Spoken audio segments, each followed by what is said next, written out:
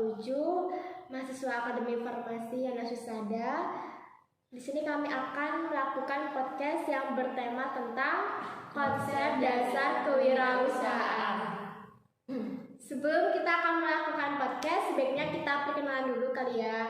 Dari saya, perkenalkan, nama saya R.A. Yusuf Andrajayani, NIM 2001027. Saya sebagai penanya dan saya Napa Filia, NIM 2001016, dan saya sebagai penjawab 1. Dan saya Adila Rizka Tulania, NIM 21031, sebagai penjawab 2. Podcast kali ini bertema tentang konsep dasar kewirausahaan. Menurut kalian, definisi dari kewirausahaan itu seperti apa?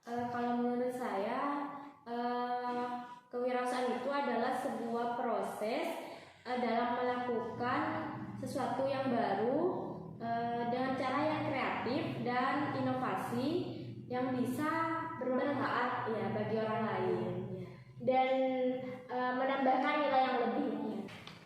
Menurut kalian, bagaimana langkah-langkah untuk memulai usaha agar usaha kita itu dikenal dan diminati oleh masyarakat? Nah, kita yang pertama itu harus mencari pasar khusus yang belum digarap oleh orang lain. Nah, dan yang kedua itu kita menginformasikan keuntungan-keuntungan produk saya kepada konsumen agar konsumen itu tertarik ya. Dan menurut saya sih mungkin kita untuk pertama kalinya kita harus memberi produk kita secara gratis atau enggak memberikan promosi bayar 1 gratis 1 ya gitu biar tertarik ya untuk selanjutnya. Bagaimana cara menghilangkan rasa ketidakpercayaan dalam mulai berusaha? Kan ada tuh ya orang kayak mulai ingin mempunyai usaha tapi dia tuh kayak merasa minder duluan gitu. Iya, takut gak laku gitu. Itu kan namanya kan tidak percaya diri. Nah, menurut kalian tuh bagaimana caranya? Kalau menurut saya cara untuk menghilangkan rasa tidak percaya diri itu diawali dengan sebuah pemahaman bahwa pada dasarnya manusia itu sama, kita itu sama gitu. Jika Anda melihat orang itu hebat, ya yakin bahwa dulunya itu mereka gak sehebat sekarang gitu. Dia hebat itu setelah dia berusaha gitu ya.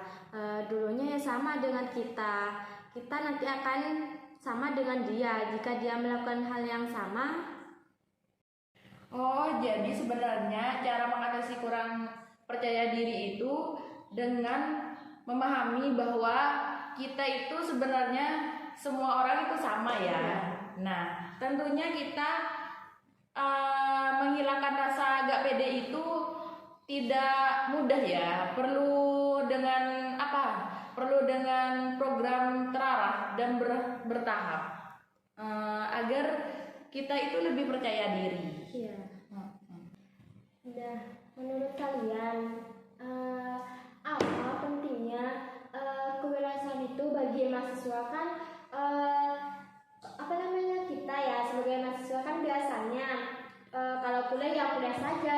Ngapain kita harus mikir ingin menjadi atau ingin melakukan usaha menjadi kewirausahaan? Nah, menurut kalian itu pentingnya kewirausahaan bagi mahasiswa itu tersendiri itu seperti apa? Kalau menurut saya itu mempelajari kewirausahaan sangat bermanfaat ya bagi mahasiswa sekarang ini karena bisa mengajarkan orang untuk mengembangkan keterampilannya yang unik dan berpikir di luar otak. Selain itu menciptakan peluang, terus menanamkan kepercayaan diri, menjamin keadilan sosial dan merangsang ekonomi gitu ya. Ya, dapat menambah ekonomi. Nah, menurut Adel dan Vela, bagaimana cara menanamkan rasa atau jiwa kewirausahaan pada generasi milenial atau generasi muda saat ini? Nah, menurut saya itu yang pertama kita harus memulai bisnis dengan niat dan keyakinan. Yang mana kita harus mengetahui kunci dasar untuk kita memiliki kewirausahaan.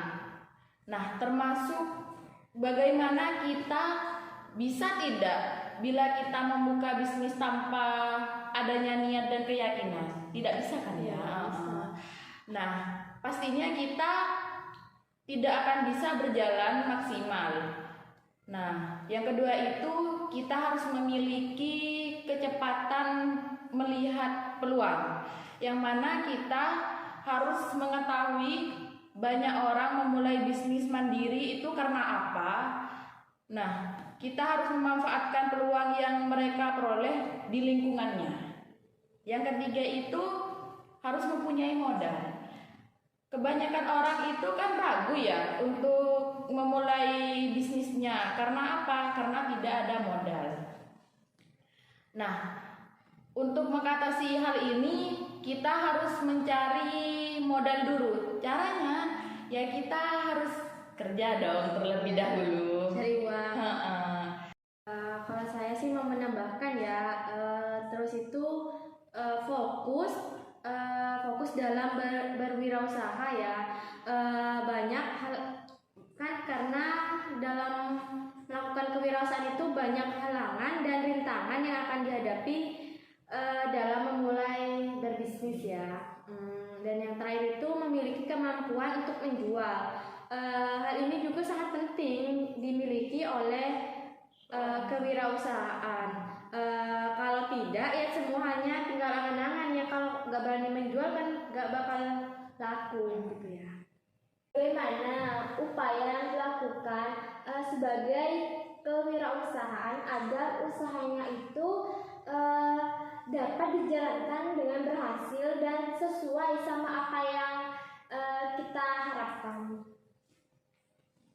Kalau menurut saya itu caranya yang pertama itu mengembangkan usaha kita mulai dari berpromosi terlebih dahulu ya. Semua pemilik wirausaha itu harus tahu bahwa promosi itu adalah kunci utama agar bisnis yang kita miliki itu semakin berkembang, agar bisa lebih dikenal oleh banyak orang gitu kan.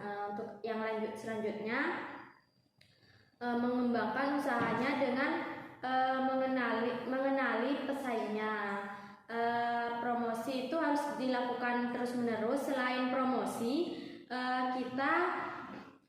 kita harus mempelajari pesaing juga yang sedang menjalankan usahanya yang sama dengan kita gitu. Untuk selanjutnya itu lebarkan sayap bisnis dan memperluas jaringan untuk sekitarnya gitu ya. Nah, saya akan menambahkan jawabannya Mbak Adela ya. Nah, kita harus tetap fokus dan konsisten. Ya. Yang mana kita harus sangat membutuhkan untuk mengembangkan usaha agar semakin besar. Nah, konsisten itu membuat bisnis kita bisa melenceng lebih tinggi ya dari visi-visi utama kita. Nah, yang terakhir itu kita pastikan semua aktivitas bisa terorganisir. Nah, aktivitas yang terorganisir ini membantu kita dalam menuntaskan berbagai tugas dan tanggung jawab kita. Menurut kalian, peluang usaha apa yang cocok bagi mahasiswa? Kan mahasiswa itu kan sibuk gitu ya, pasti banyak tugas. Jadi peluang usaha apa yang cocok? Mungkin usaha itu ya part time gitu ya. Iya, seperti itu. Untuk mahasiswa itu kan biasanya itu dengan modal kecil, tapi kan harus menguntungkan juga ya, karena tidak semua peluang usaha itu cocok dengan mahasiswa yang biasanya sibuk dengan kuliahnya, dengan tugas-tugasnya gitu ya kan. Untuk itu kita sebagai mahasiswa nih ya harus bisa memilih pekerjaan yang sekiranya cocok, iya yang cocok, yang tidak mengganggu aktivitas kuliah. ya aktivitas kuliahnya kita gitu.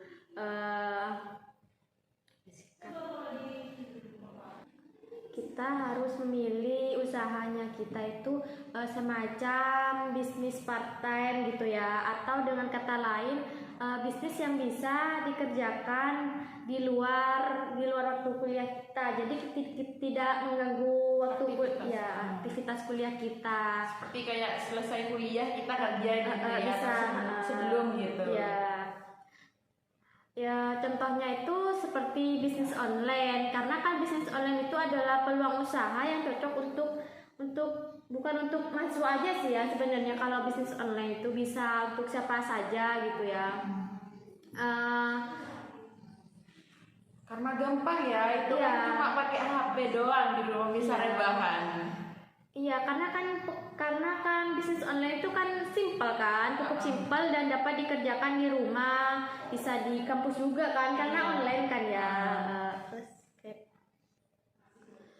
Untuk selanjutnya itu kan kita pastinya kalau mahasiswa kan pasti bisa mengetik kan.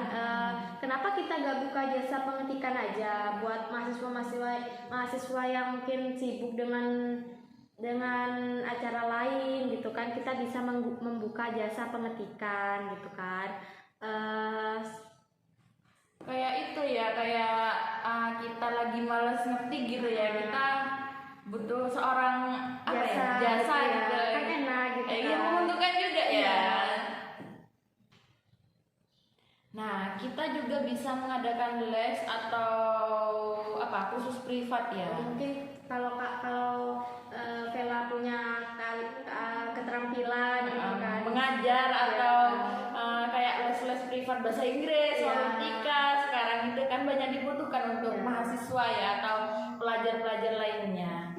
Nah, kita juga bisa bisa berbisnis sesuai hobi kita, yang mana kita misalnya kita desain grafis. Nah, seorang mahasiswa itu kan bisa memiliki itu keterampilan desain kayak menggambar baju lah, kayak anak-anak teknik itu kan bisa ya. Apa saja penghambat kesuksesan dalam kita menjalankan usaha yang kita geluti? Nah, yang pertama itu kita tidak berkompeten dalam hal manajerial, yang mana kemampuan dan pengetahuan ini merupakan faktor penyebab utama yang membuat perusahaan kurang berhasil. Nah, terus kita kurang berpengalaman, yaitu tidak berpengalaman baik dalam dunia bisnis, memvisualisasikan usaha dan mengelola sumber daya manusia maupun mengoperasi perusahaan. Dan terus kita tidak kurang dapat mengendalikan keuangan. Nah, perusahaan ini tidak berhasil dengan baik karena keuangan itu tidak lancar. Nah, terus kita harus mengatur pengeluaran dan pemasukan secara cermat. Mungkin selanjutnya itu ya gagal dalam perencanaan ya, karena kan perencanaan itu merupakan titik awal dari sebuah kegiatan atau kewirausahaan. Sekali gagal dalam perencanaan ya maka akan mengalami kesulitan dalam melaksanakan bisnisnya kan gitu ya. Untuk selanjutnya itu mungkin lokasi yang kita akan buat usaha itu tidak strategis atau tidak memadai gitu kan, sepi gitu ya, nggak banyak orang ramai ya. Karena kan lokasi yang strategis itu merupakan faktor yang yang menentukan keberhasilan usaha kita gitu kan. Lokasi yang yang tidak strategis itu kan dapat mengakibatkan perusahaannya tidak efisien gitu, kurang efisien gitu kan, kurang. Iya, kalau nggak dilihat oleh halayak ramai itu kan sepi jadinya. Dan yang terakhir mungkin sikap kita yang kurang bersungguh-sungguh dalam melakukan kurang bersungguh-sungguh dalam berusaha gitu kan. Sikap yang setengah-setengah kayak gitu dalam usaha akan mengakibatkan usaha yang kita lakukan itu menjadi labil dan sampai bisa jadi gagal gitu kan. Seandainya saat jiwa usaha kita tengah membara malah menemukan kegagalan, bagaimana kita menyikapi kegagalan tersebut? Mungkin yang pertama kita itu harus menerima keadaan dulu sih ya. Kalau saat yang kita geluti itu mengalami lagi merosot gitu kan, terus mungkin meluangkan waktu untuk menenangkan pikiran kita terlebih dahulu untuk memikirkan gimana ke depannya gitu kan, untuk bisa bangkit dari kegagalan yang kita hadapi gitu. Terus kita itu selanjutnya itu kita harus melakukan evaluasi. Mungkin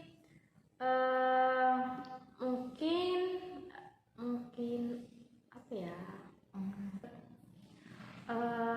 Setelah itu kan langsung melakukan evaluasi gitu ya, karena sebagai langkah apa yang dilakukan jika usahanya mengalami kegagalan gitu. Mengevaluasi apakah ada yang salah dalam produk kita gitu kan, apakah ada yang kurang atau ada yang mungkin tidak memenuhi kriteria pelanggan gitu. Iya, jadi harus melakukan evaluasi. Setelah melakukan evaluasi, mungkin kita itu bangun support system untuk bangkit kembali, untuk melanjutkan usahanya kembali, ya kan? Setelah melakukan evaluasi, karena kan bangkit dari kegagalan itu sangat berat ya jika dilakukan sendiri. Untuk itu sebaiknya kita mencari support system yang bisa memberikan semangat untuk kita gitu atau kan, motivasi ya. Iya, minta selain mungkin ke keluarga atau ke teman gitu kan. Untuk selanjutnya itu kita mengecek kembali keuangan kita.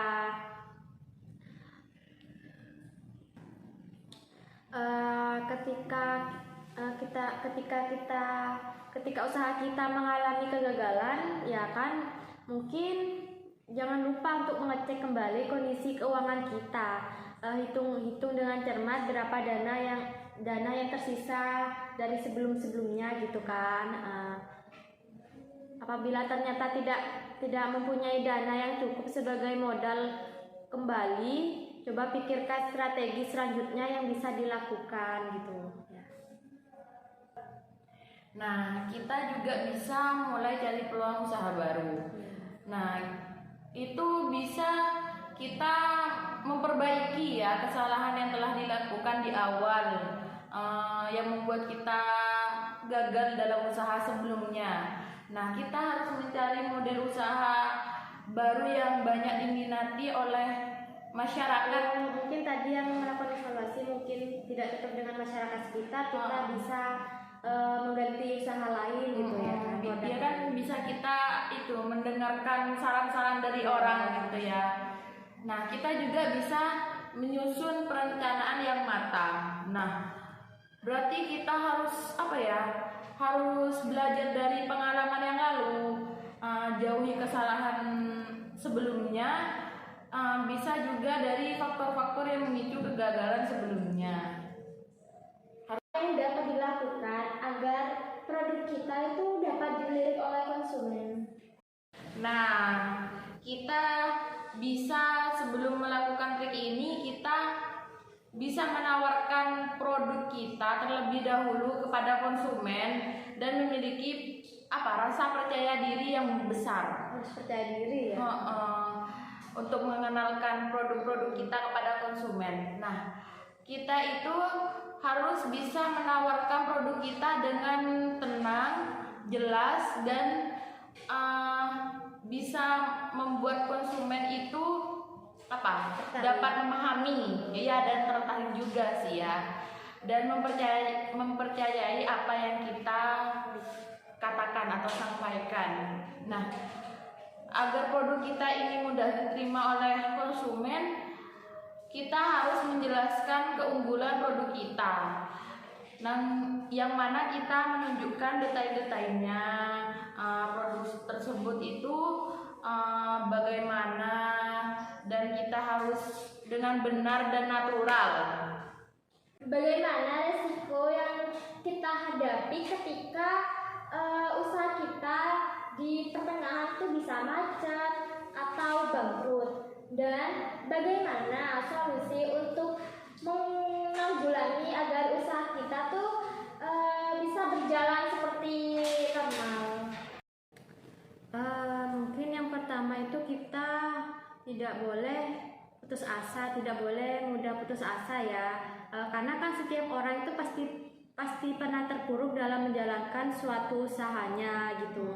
Tapi hal itu bukan berarti menjadi alasan untuk menyerah dan tidak mau mencoba ke bisnis lainnya gitu kan.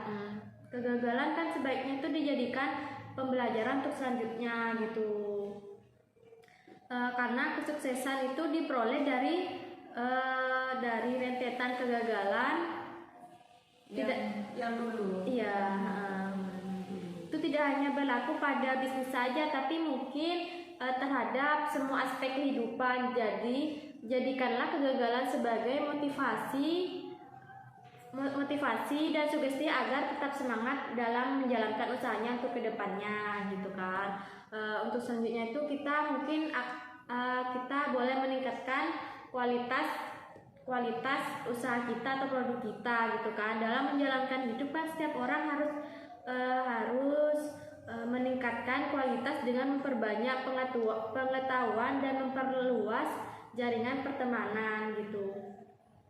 Demikian juga dalam dunia bisnis atau dunia usaha ya, seseorang juga harus meningkatkan pengetahuan dan berinovasi agar produk yang dihasilkan itu mempunyai kualitas yang terjaga. Juga serta berkembang menjadi lebih baik gitu kan. Selain itu juga kita harus memperluas jaringan pekerjaan gitu. Dengan mengenal banyak orang, semakin banyak relasi kan akan memudahkan kita untuk mendapatkan ide-ide baru untuk mengembangkan usaha kita gitu kan. Nah, kita juga bisa harus bersabar dan telaten. Nah, kita kan tidak mudah dalam meraih suatu keinginan karena banyak kendala atau proses yang kita lalui sebelum-sebelumnya. Nah, keinginan ini mendapatkan kesuksesan dengan cepat tanpa harus repot dengan kendala-kendala yang menjadi impian setiap orang. Tapi hal ini itu bisa membawa keberuntungan dan juga bisa mendapatkan kata relatif. Yang jelas, kita menerapkan sistem instan akan mendorong seseorang untuk melakukan hal-hal yang di luar kewajarannya dan tidak cenderung ilegal. Selain itu, kita juga sukses dapat tidak bertahan lama karena akibatnya proses-proses menjadi model jalan pintas. Cukup sekian dari kelompok kami, kurang lebihnya